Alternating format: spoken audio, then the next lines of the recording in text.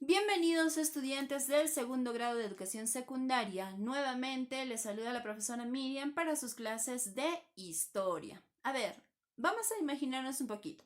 Imagínense ustedes estar en el mundo medieval, año 1000, vamos a decir, una mitad de estos años que nosotros estamos. Estamos en el año 2020, pero imagínense estar en el año 1000, ¿ya? A este año se le denomina el siglo XI o siglo XI. Y adéntrense, una vez que el imperio romano del occidente se ha destruido, después de formarse el imperio carolingio, ahora estamos en una lucha de pequeños imperios por querer retomar un poder grande. A eso vamos a adentrarnos el día de hoy. El mundo europeo en el siglo XI. Ese es el título que lleva, así que tomen sus cuadernitos, empiecen a apuntar y no se desliguen de este video, por favor. Vamos a desarrollar 4 temas fundamentales. Primero, vamos a hablar del Sacro Imperio Romano Germánico, vamos a hablar también de las monarquías feudales, vamos a hablar de los primeros parlamentos y de la vida en Europa en el siglo XI.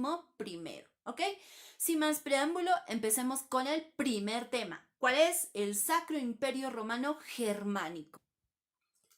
Como les estaba contando a inicios, adentrémonos al año 1000. En el año 1000, Europa estaba dividida en numerosos reinos, ¿no? Y territorios independientes. Los dos estados más importantes se desarrollaron una vez rota el Imperio Carolingio. Ahí es cuando empieza la hegemonía del Sacro Imperio Romano Germánico, que teóricamente ejercía una autoridad simbólica sobre todo el mundo cristiano, y el reino de Francia.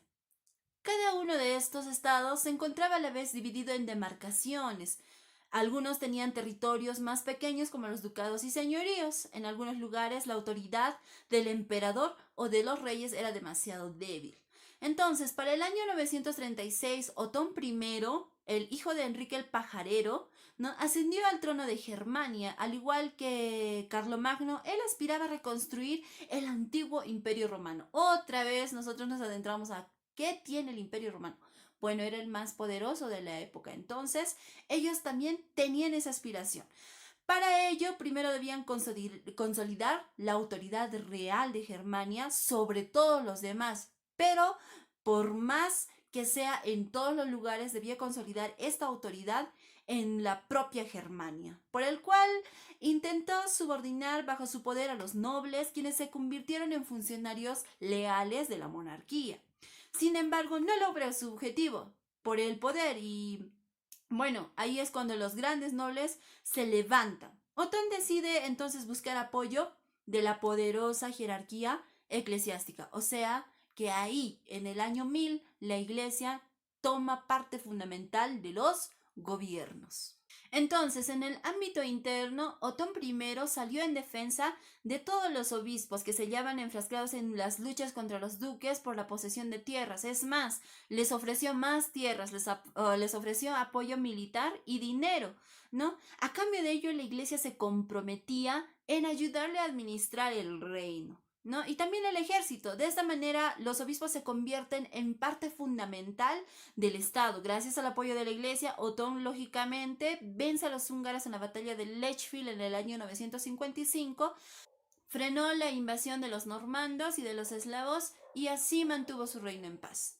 Ahora, en el ámbito externo, Otón acude en ayuda de un papa, el papa Juan XII, ¿no?, que le hace un llamado porque estaba siendo perseguido por el rey Berengario II de Italia. ¿Qué hace? Ahí es cuando Otón cruza los Alpes, ¿no?, y se enfrenta a Berengario, pero Berengario huye, así que no hay una lucha ahí. Ahí es cuando se nombra rey de Italia. En el año 962, el Papa lo corona como emperador y Otón reconoce la legitimidad del poder papal, pero adjudicó el derecho de nombrar al sumo pontífice y de intervenir en la elección de los obispos. Ese fue el inicio de una larga alianza entre el Papa y los emperadores. Allí surgen entonces una serie de cambios administrativos.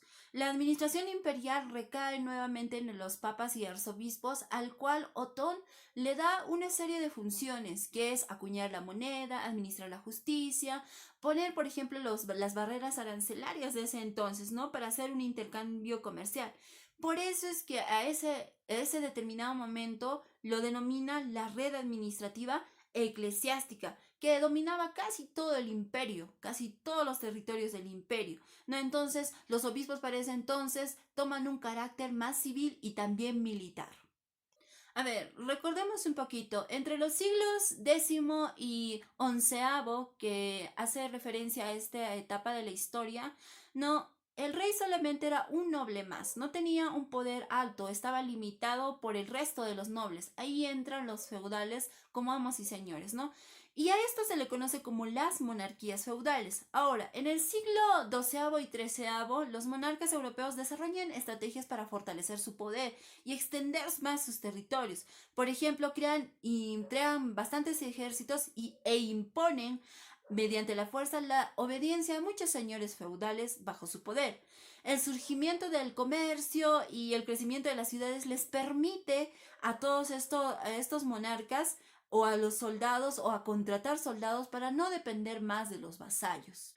Los primeros parlamentos. En el siglo XII y XIII, no, la mayoría de los parlamentos ya se fundan, pero solamente eran llevados cuando al rey le concedía como algo oportuno.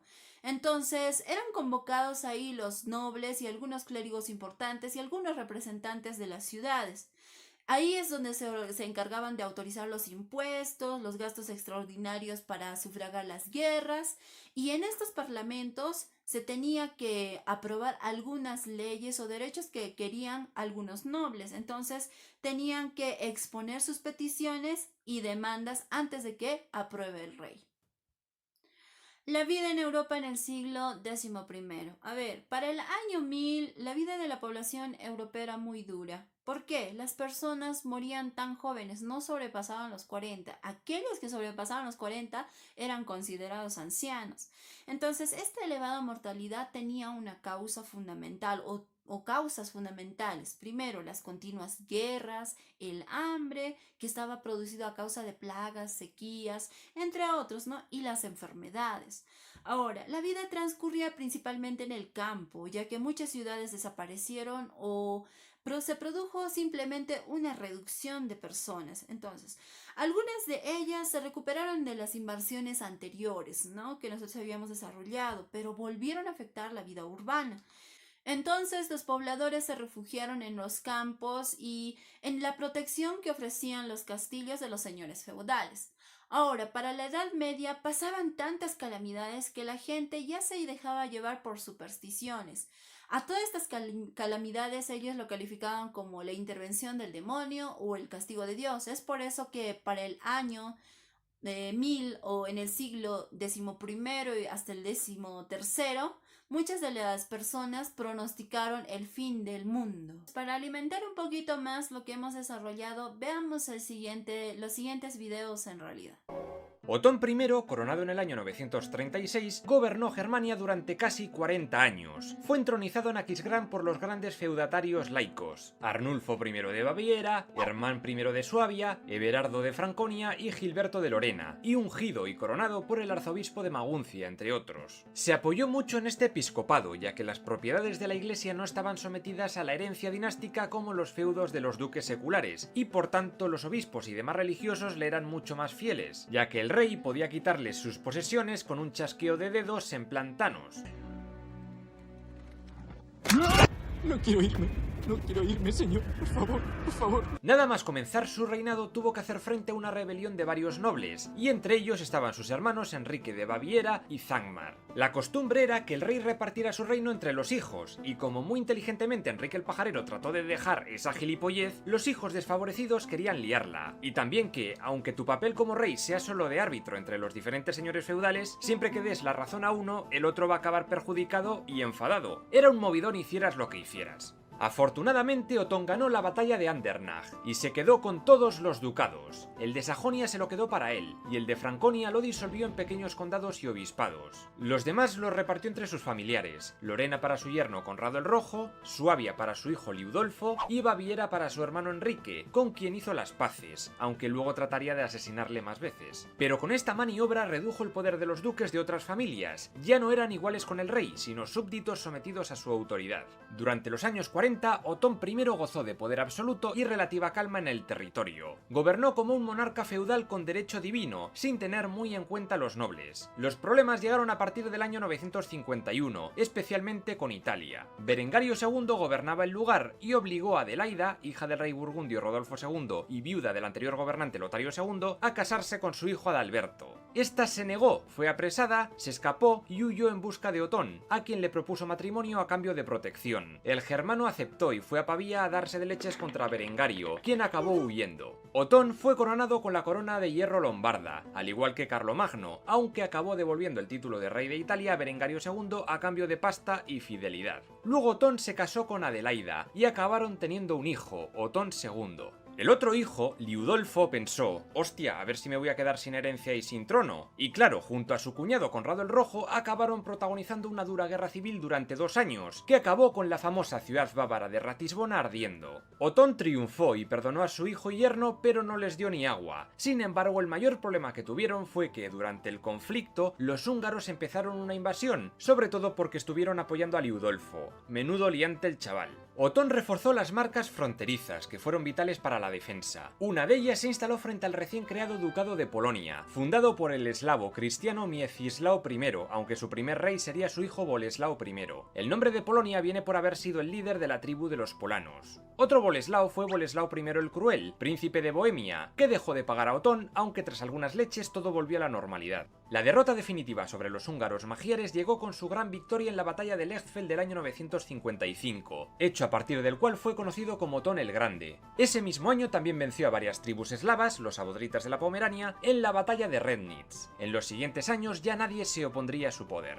En esta sala, él es el puto jefe, el puto amo. Bajo su gobierno comenzó el llamado Renacimiento otoniano, una nueva época de esplendor cultural debido sobre todo a la actividad de las escuelas, como la abadía de San Galo en Suiza. Se copiaron muchos libros, se crearon nuevas bibliotecas, destacando las de Lieja o Liege en Bélgica y la de Colonia, bajo el mandato del hermano de Otón, Bruno I, duque de Lotaringia y arzobispo de Colonia. También hubo arte y obras arquitectónicas de gran calibre, como el castillo de Quedlinburg. Empezó siendo un convento fundado por la madre de Otón, Santa Matilde, y la hija de Otón, otra Matilde, sería la primera abadesa. Lo que ahora conocemos como Austria se fue consolidando en la marca de Austria, perteneciente al ducado de Baviera, y germanizada a bloque, siendo Leopoldo I de la dinastía Babenberg el primer margrave del lugar. Pero no todo podía ser bonito, tanto Liudolfo como 2 de sus hijos con Adelaida, Enrique y Bruno, la palmaron, quedando solo Otón II. Y yo, gracias a Dios, estoy bien, y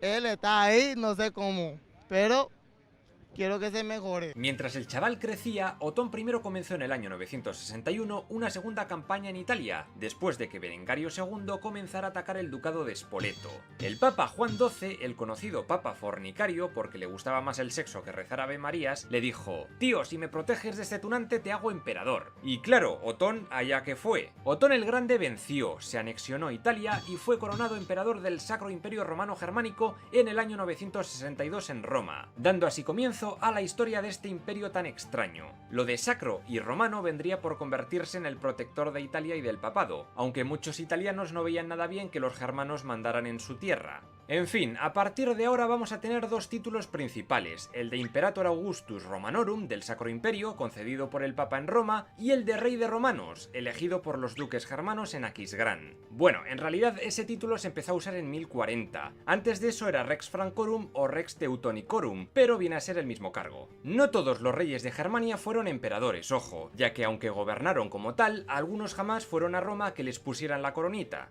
Para Otón I, el apoyo de la iglesia fue fundamental. Su estructura era la siguiente: los obispos mandan en las ciudades y los abades en las zonas rurales. Sobre todos ellos están los arzobispos, que tienen poder eclesiástico sobre un arzobispado, como una provincia eclesiástica, una diócesis. Algunos de ellos pasaron a ser obispos condes o príncipes obispos, por lo que tuvieron más prerrogativas que las puramente religiosas. Sin embargo, el Papa Juan XII empezó a hacerse caquitas con todo el poder que reunía Otón, y conspiró a sus espaldas. El germano le echó y puso a León VIII como papa, pero a los romanos no les gustó y volvieron a poner a Juan XII, que murió poco después de varios martillazos en la cabeza dados por el marido de una pava a la que se follaba, y entonces nombraron a Benedicto V. Otón llegó y volvió a poner a León VIII, pero se murió y Otón puso a Juan XIII, pero no gustó a la gente y los romanos le echaron.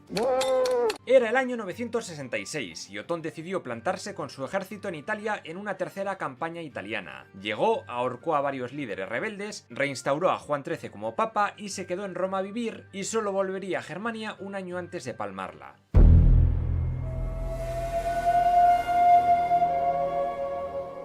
Otón II se había casado con una noble bizantina, Teófano Escleraina, y en el año 973, tras la muerte de su padre Menliben, pudo gobernar en solitario. Continuó con la política de fortalecer el poder imperial y extenderlo por Italia, pero eso sí, no le fue tan bien como a su padre. Se tuvo que meter de leches contra el rey de Francia Lotario, quien invadió Lorena en el 978 y saqueó a Aquisgrán. Debido a esto, el rey germano puso en sitio París, pero se tuvo que retirar por una epidemia. Aún así recuperó Lorena, que ya es algo. Parece que dejó al mando de Sajonia a Bernardo I de la dinastía Billung, con el que al parecer se llevó bastante bien. Con el que no tuvo buen trato fue con su primo Enrique II el Pendenciero, duque de Baviera, territorio que no dominó hasta después de algunas batallas. Hacia el 980 también sometió Bohemia y parte de Polonia. Trató de invadir el sur de Italia en el 982, pero fue derrotado en la batalla de Stilo por los árabes del Emirato de Sicilia. Continuó en Italia un año más hasta que murió de malaria en Roma. Su hijo, Otón III, era menor de edad, y de la regencia se ocuparon su madre Teófano y su abuela Adelaida de Borgoña.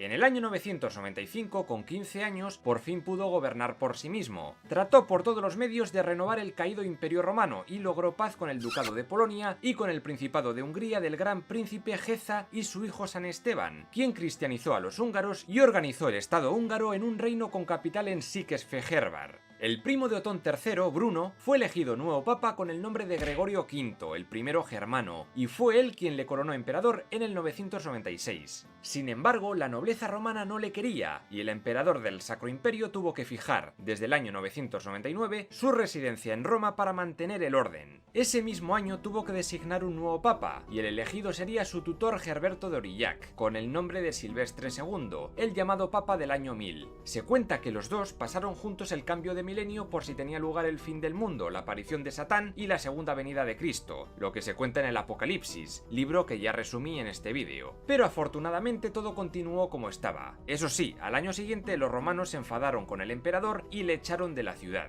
Su idea entonces fue conquistar Roma con su ejército, pero cayó enfermo y la palmó sin hijos en el año 1003. El último otoniano fue el rey Enrique II el Santo, hijo del duque de Baviera, Enrique el Pendenciero. Muy bien, ya vieron los videos. Ahora, espero que ustedes saquen sus propias conclusiones y las anoten en sus cuadernos. Juntamente a eso van a dibujar el mapa de Europa en el siglo XI y la representación gráfica de la muerte para el año 1000. Esto sería todo por el día de hoy. Nos vemos a la siguiente.